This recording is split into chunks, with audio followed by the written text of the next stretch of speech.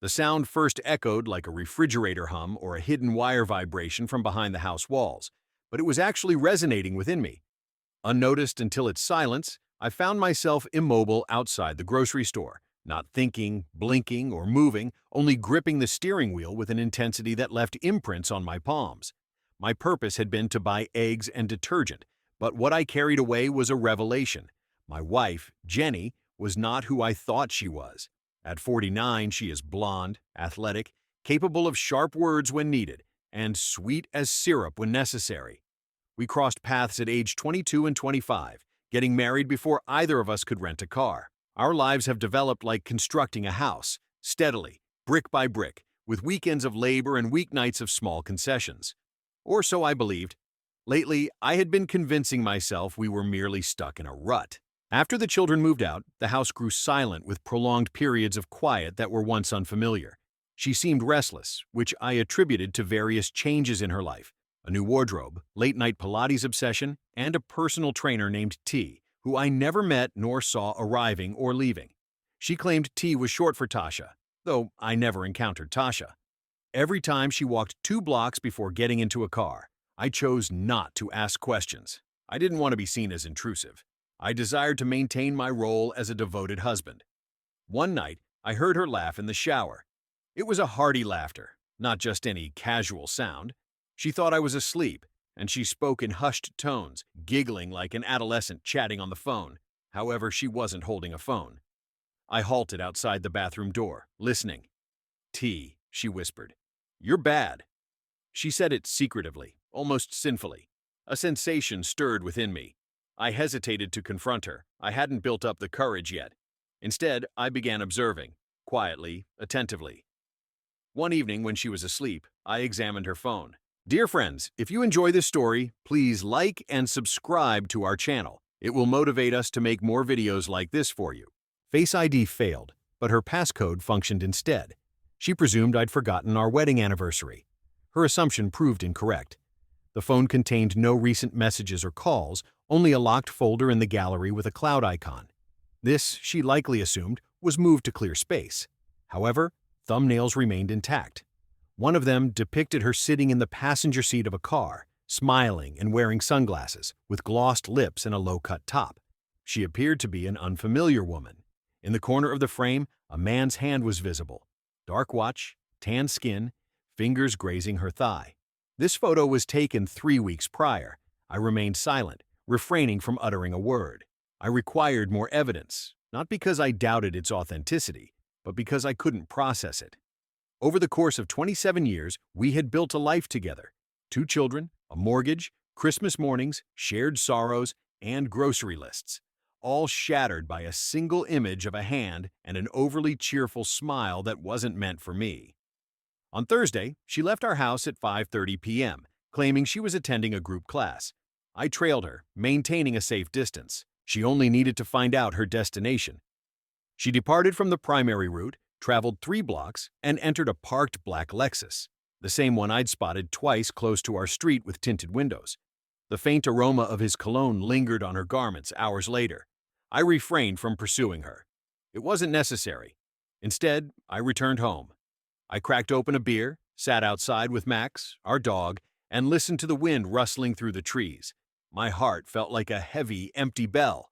I waited until 9:45 p.m. when she reappeared, flushed and giggling. "Excellent class," she remarked, depositing her gym bag by the stairs. "I believe I strained something." I glanced at her, smiled, and inquired, "Who is he?" She hesitated, one foot still on the bottom step, fingers tightly grasping the railing. Her face showed shock, then perplexity, followed by something more severe. Guesswork. "Who?" she asked. "I observed you, in the car, his hand on your thigh. You chuckled in the shower, Jenny." "You whispered his name." Secrecy. Only the fridge humming and Max's breath filled the kitchen as she casually remarked, "You're likely hallucinating." No denial, no apology, merely a dismissive untruth cloaked in disdain, akin to a child inventing closet monsters. The rhythm in my chest ceased. Everything stood motionless. With nonchalance, she ascended the stairs as if nothing had transpired, as if my query hadn't shattered 27 years of trust. I remained rooted in the kitchen, gazing at the grooves in our chosen dining table from 2004, where we planned after the birth of our second child. I recalled her leaning over it with a notepad, budgeting, strategizing, dreaming. I remembered family dinners, celebrations, spilled drinks, quarrels, laughter. All these memories receded behind the reverberation of 5 words. You're likely hallucinating. That evening, I didn't rest. I remained on the couch, shrouded in darkness, phone clutched tightly.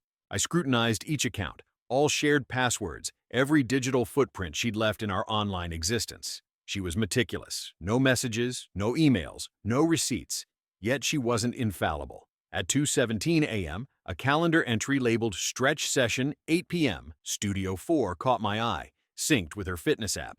Investigating, I discovered Studio 4 didn't exist at that location. There were merely 3 studios in the building. I waited till she dozed off. Her usual soft snores echoed upstairs after her bath, a sound that used to soothe me, now sending shivers down my spine. I ascended, gazing at her peaceful face, hair sprawled on the pillow, donning the same gray sleep shirt she'd wear when striving for normalcy. She had a peculiar habit of curling onto her left side, tucking her hand beneath her cheek. I stood there for a minute, simply observing. I experienced no resentment, no agony, only clarity. The following day, I feigned nonchalance, as if nothing had transpired, prepared her coffee, toasted her bagel. She bestowed a kiss on my cheek and declared, "You're charming," as if I were an unnoticed melody in her morning symphony. I observed her depart through the doorway, attired in leggings and that vibrant coral sports bra, headphones accompanying her ponytail sway. She entered a Lexus. On this occasion, I trailed behind, not too near, just enough. They journeyed 20 minutes to a quiet sector of town, close to the old train station where warehouses have predominantly been transformed into lofts and studios. I found a parking spot around the bend, keeping watch as they exited the vehicle and entered a building with no indicative signage. It was all glass, concrete, and shadows. I remained patient. 32 minutes later, they reappeared.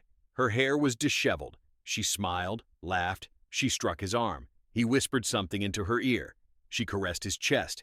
They engaged in a prolonged, deliberate kiss, a kiss that suggested familiarity. I captured an image, one distinct and crisp. Unquestionably, that night, I chose not to confront her. It was still imminent. Instead, I printed the photograph, placed it in an envelope, and discreetly left it beneath her pillow before her arrival home. That evening, I prepared dinner, grilled salmon with asparagus, served with white wine, a favorite of hers. She entered, her complexion radiant, remarking she was tired from exercising. I encouraged her to rest while I took care of the meal. Neither during supper nor afterward did she acknowledge the envelope. However, at precisely 11:24 p.m., she silently descended the stairway, clutching the photo. Her expression remained impassive. No tears fell, no remorse was expressed. "You've been watching me," she stated. I resisted the urge to laugh. Instead, I responded, "For how long?" She failed to reply. "For how long, Jenny?" She crossed her arms. "Does it matter?" It was then something within me fractured, not like glass, but like stone. Silent and heavy, it was beyond repair. Seated opposite me, she folded her legs as if we were in a business meeting. I had not intended for this situation to arise. It merely transpired. Met him through a mutual acquaintance. Felt invigorated. "You haven't been around much lately, Greg." "Not for quite some time." I looked at her, puzzled. That was her ploy. I wasn't present, so she chose someone else's company.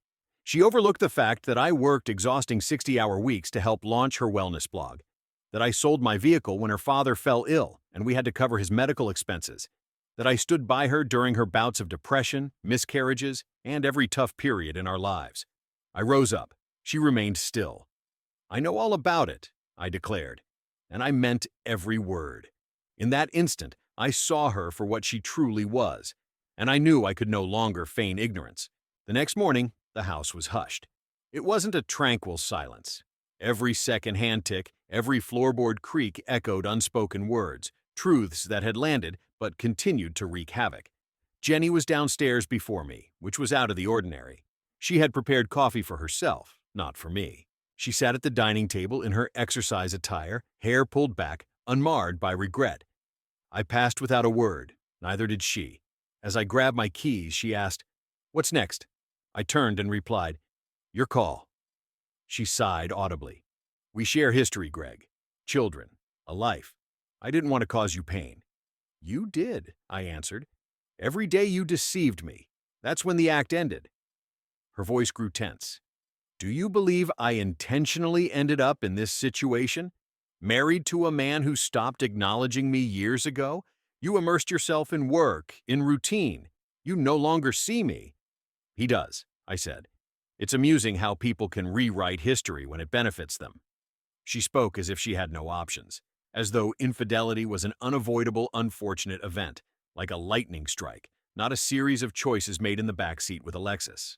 I remained calm and simply said, You could have left. She rose from her seat. Did you intend to annihilate everything we've built together over the years? Yet here we are. I gazed at her. Then realization struck me. It wasn't merely a betrayal she committed. She had constructed an entire alternate existence within our relationship. With my recent discovery of the hidden passage, she was trying desperately to prevent its collapse. I retorted, You discarded it long ago. You simply lacked the courage to acknowledge it. She remained silent, instead making her way into the living room and switching on the TV as if this were an ordinary day, as if we could move past this. But I couldn't, for I had filed the divorce documents 3 days prior. The instant I saw that photograph on her phone, I sensed where this was heading. I merely needed the rest of the truth to align with what I instinctively knew in my core. I carried the papers in my vehicle, yet hadn't informed her of them. But I would. Toward the end of the day, I navigated to her studio, parked a distance away, waited, and eventually, at 5 to 10 p.m., the Lexus arrived. As expected, she climbed inside as scheduled. A man around 35, tall and athletic, donned aviators and a self-satisfied smirk. The type who believed he had triumphed. I remained still, merely observing.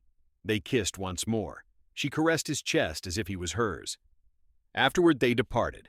I trailed them to a strip mall on the city's outskirts. They entered a modest office with no identification. Its tinted windows and flashing red neon open light indicated their destination. 20 minutes later, I stepped inside. He stood behind the counter, taken aback. She was next to him, startled.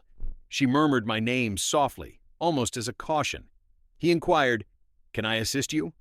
I met his gaze and declared, Do you realize she's married? Unanswered, yet his expression conveyed the truth. Jenny moved forward. Greg, don't do this here. I brandished the envelope. Divorce documents, I stated. Everything you need is inside. She attempted to halt me, but I retreated. No more deceit, Jenny. If you wish to experience life fully, then go ahead. But not at my expense. She stood there, stunned, he frozen, as realization dawned that he was more than just someone's secret infatuation. He was the catalyst for a 27-year marriage's demise. That was the last time I faced her directly. It's peculiar how swiftly the atmosphere within my home alters when a truth like that bursts through its walls. The house no longer felt mine. It echoed with reminders, her laughter in the kitchen, her scent lingering in the hallway, the worn groove on the couch where she used to curl up with tea. Now, it all seemed contrived, as if I'd been living in a stage set, reciting lines from a script she abandoned years ago. After serving the divorce papers, there was no contact for 3 days. Not a call, not a text, not an email. On the 4th day, a car pulled up at 7 a.m., and she emerged, arms crossed and wearing sunglasses. Uncharacteristically, large designer shades in black, akin to what celebrities don when seeking solitude. A single doorbell ring and silence followed. I found myself before the open door, scrutinized like an unfamiliar face, a deal to be settled. I've come to discuss, she stated. I haven't, was my reply. Yet I stepped aside nonetheless. For me, it wasn't about her. Closure was sought. She strode in as if still the rightful owner. Straight to the kitchen, filling a glass from the filter untouched for months, leaning casually on the counter, seemingly unscathed by the wreckage beneath. I didn't agree to them, she admitted. I leaned against the doorway. Why not? Her gaze wavered. Perhaps we shouldn't conclude this way. I fixed my gaze on her. This way? You mean with honesty exposed?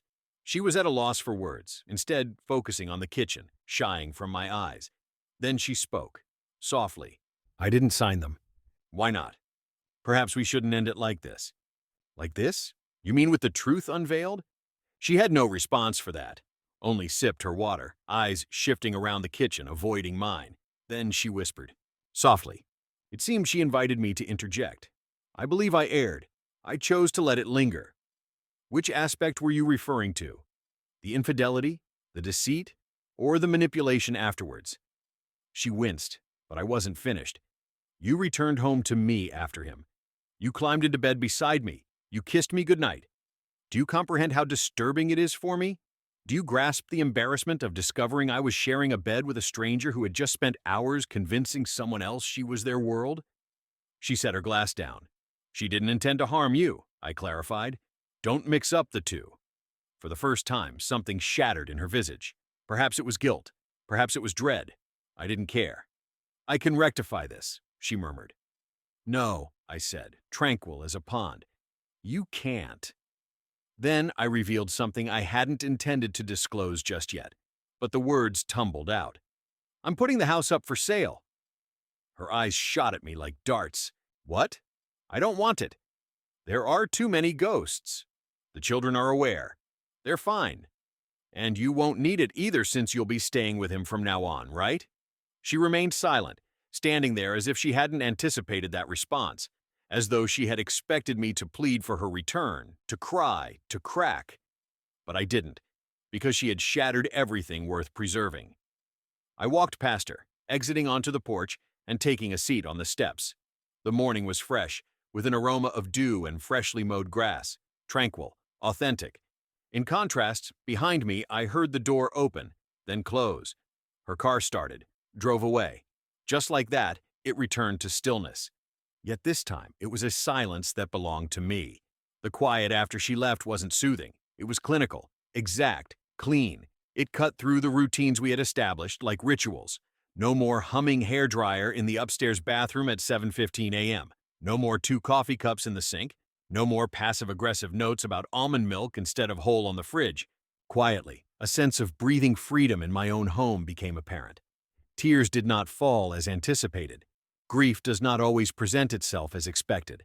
Sometimes it sneaks up on you, such as when you instinctively reach for an unused toothbrush or open a drawer to find a solitary earring, accusing, and alone. Yet, strangely, relief emerged. Not happiness nor liberation, just this tranquil, foreign sensation of relief. The charade had ended.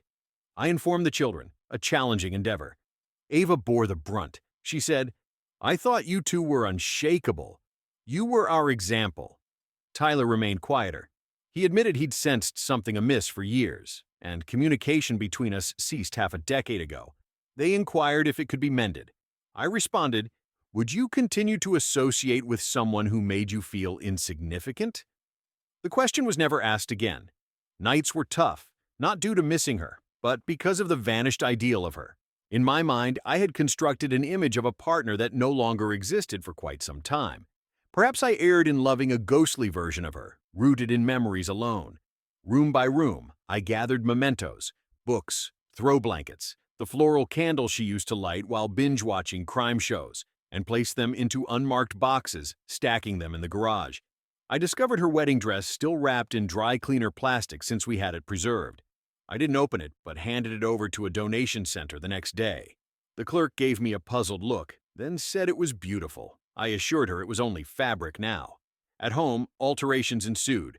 Her bed was shifted to the guest room, walls were repainted, and even the framed family portrait was removed from the mantel, not out of spite, but due to a sense of practicality. Each glance at it brought back memories defaced with untruths. At around 1:30 a.m., my phone flickered to life. Just a missed call from me. No message. I scrutinized the screen, watched it dim again. 2 minutes later, another call. This time, I let it ring, and then voicemail took it. Her voice was soft, deliberate, as if she rehearsed every word. Greg. She wasn't sure if this was the right action, but she missed me. Us. She thought she could move on, but she kept returning to me in her mind. Maybe she'd made a mistake. I erased it without a reply, curiosity, or any other reaction. The person she constantly returned to in her thoughts no longer existed for her.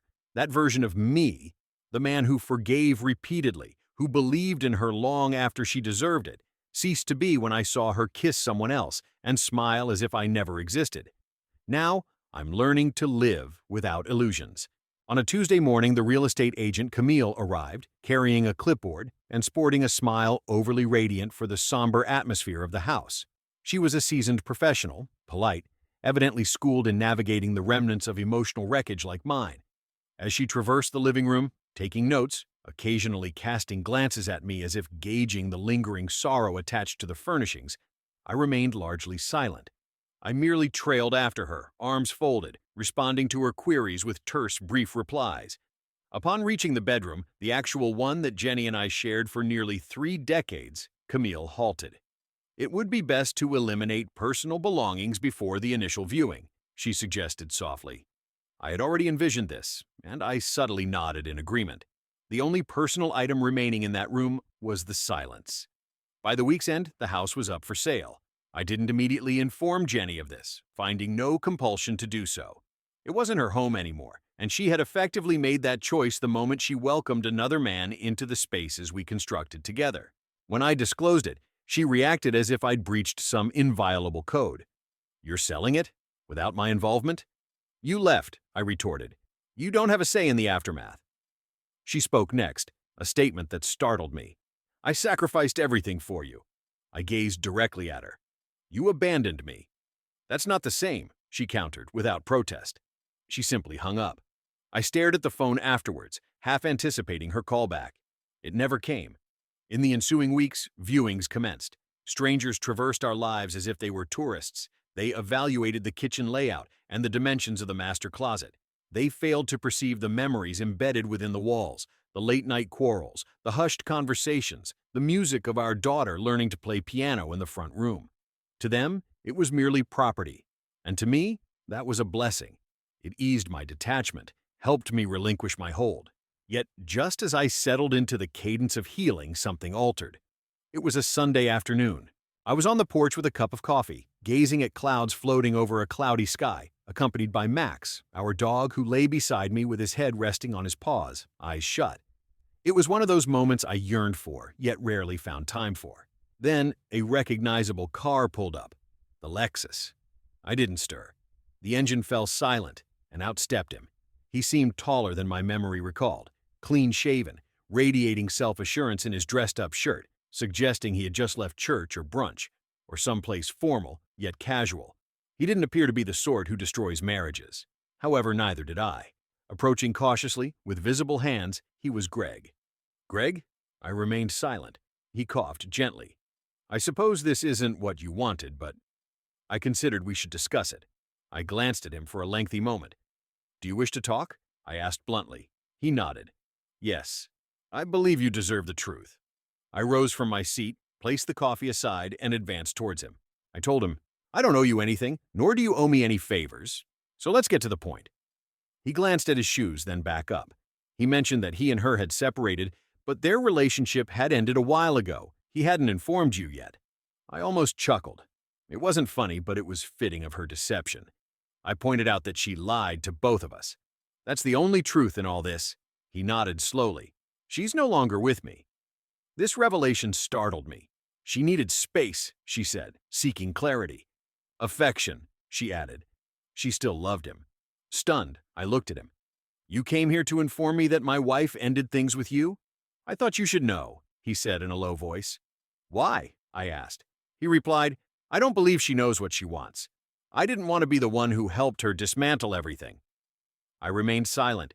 He stayed there for a moment more, then turned back towards his car. Before leaving, I said, "You haven't destroyed anything." She was holding on to the match already. He departed without further words. On the porch, my heart unwavering, the silence loomed as intensely as ever. As dusk approached, I re-entered the house, where the hallway light dimmed into slender golden beams tracing the floor. It was that tranquil hour, once soothing, a buffer between day's clamor and night's hush. Yet now it bore an altered essence, a sense of mass, not sorrow per se, rather a gravitational pull. The subtle understanding that I was on the precipice of something I'd devoted much of my adulthood to constructing, then deconstructing piece by piece. I settled onto the couch, picked up my phone. For the first time since this ordeal started, I perused old photos, not for torment, simply to observe, to discern reality from illusion. Our 10th anniversary in Maui. Her in a white sundress, gazing at the ocean as if it held a secret promise. My hand on her waist, yet she didn't lean into me fully. Christmas morning 2012. Children unwrapping presents, Jenny appearing content yet distracted by her phone. I had never noticed that before. Then there was that photo she took of me napping on the couch with Max at my feet. She labeled it, "My boys." I recall when she showed it to me, laughing and mocking me for snoring. I spent a long time gazing at it, trying to ascertain if the warmth I recalled was genuine or merely something I desired to believe in the past. I believe that's the most challenging aspect, I reflect. Not the infidelity, not even the solitude. It's the revision. Comprehending that your recollection of someone, an entire life, is a narrative only you held on to, and they were living a completely different reality, unbeknownst to you without ever informing you.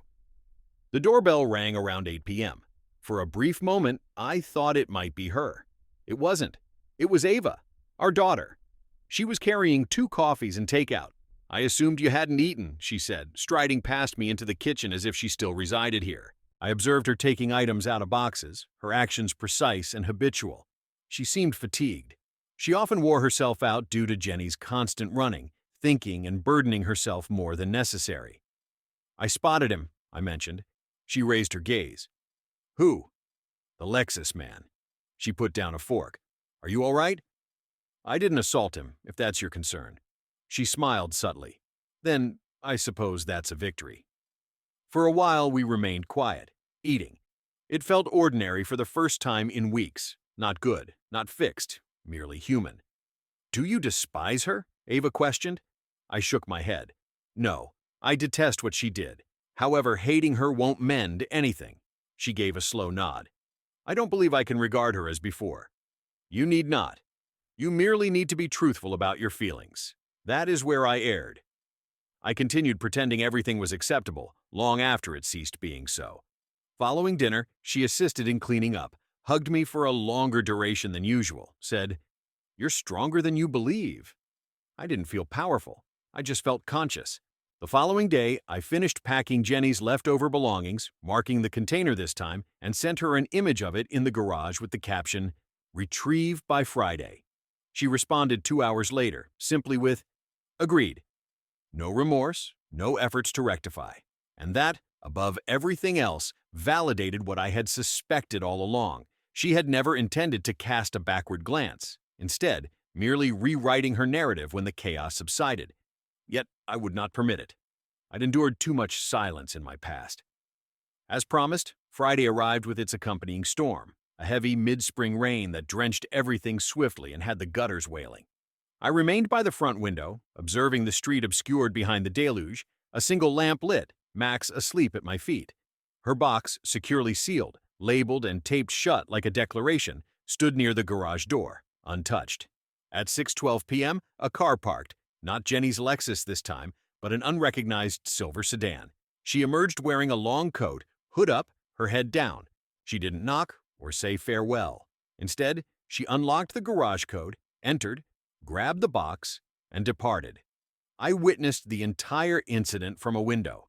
It was simple, unadorned, and chilling, much like her relationship with the truth.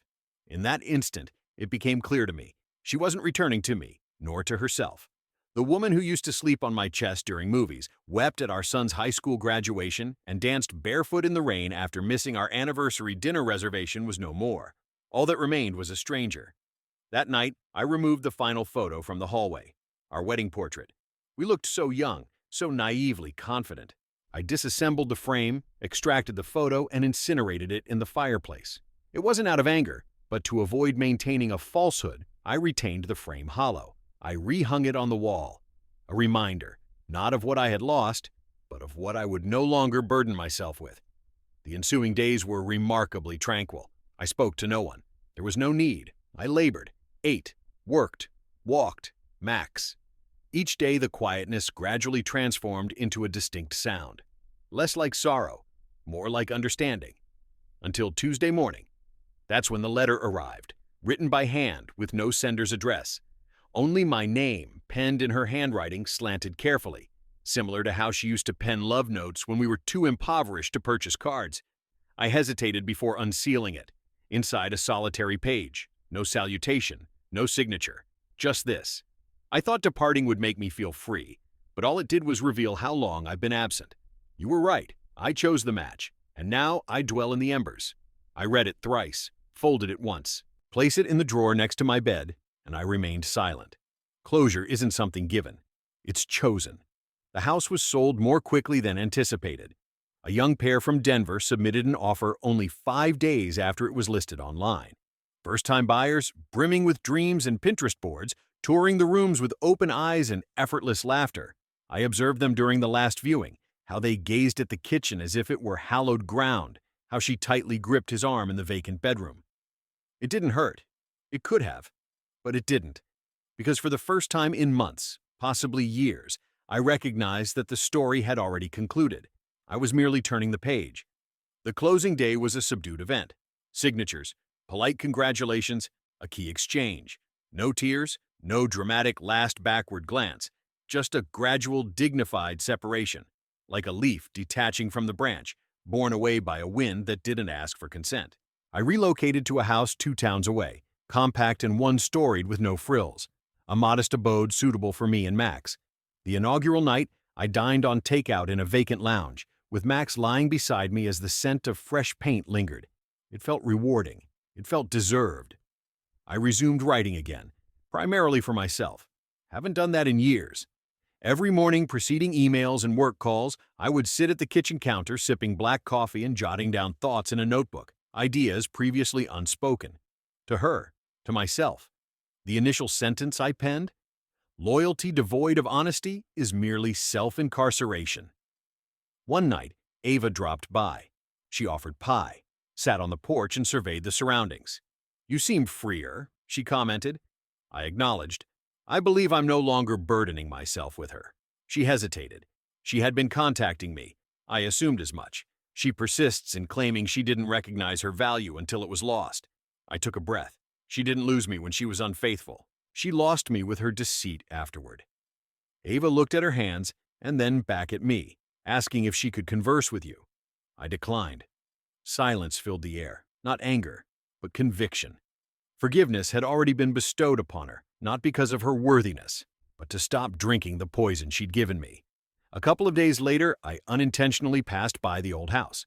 The porch lights were on, a new welcome mat, and a swing where once stood a rosebush. I moved on, not slowing down, entering a night that no longer echoed her presence. It's been 7 months now, since the day I questioned her. Who is he? Since then, the illusion crumbled, and my life began a peaceful yet violent reconstruction. There were times I doubted if I would endure, not because I longed for her, but because I missed the person I thought she was. A significant gap exists between these two sentiments. Realizing I was talking to a facade, people ask me now, "How did you endure it?" The answer is straightforward yet painful. I ceased attempting to resuscitate something that was already lifeless. I allowed it to perish. In doing so, I granted myself the freedom to breathe again. I won't feign being unscathed. No one escapes betrayal without residual wounds, but I no longer bleed from the wound. Just the scar remains visible. I've taken up casual companionship with someone new. There are no grand declarations, no pledges, just shared meals and unguarded conversations. No false smiles masking deceit. She is aware of my past. She doesn't flinch when I speak candidly. For the moment, that's all I require. Sincerity without pretense. Jenny occasionally attempts contact, a message here and there, a photo of the children forwarded, a comment on an old memory. I don't prevent her messages, but I never respond. I'm not seeking to harm her, but I've given enough already. She believed leaving would bring me liberation. Perhaps it did, for a while. Yet I don't believe she anticipated that I too would find freedom. For her, liberty was not in departing. It was in my release from the self who accepted less than he deserved, who remained faithful to a partner whose loyalty was only to comfort and dominion. Here's what I've come to understand. Trust isn't something you reattach with a ribbon. Love doesn't excuse betrayal. And no matter how long you preserve it, silence won't safeguard a marriage constructed on lies. If you find yourself in the same position as me, doubting, hurting, questioning your own thoughts, let me tell you this. Don't wait for the lie to become evident beyond doubt. You feel it now. That alone is enough.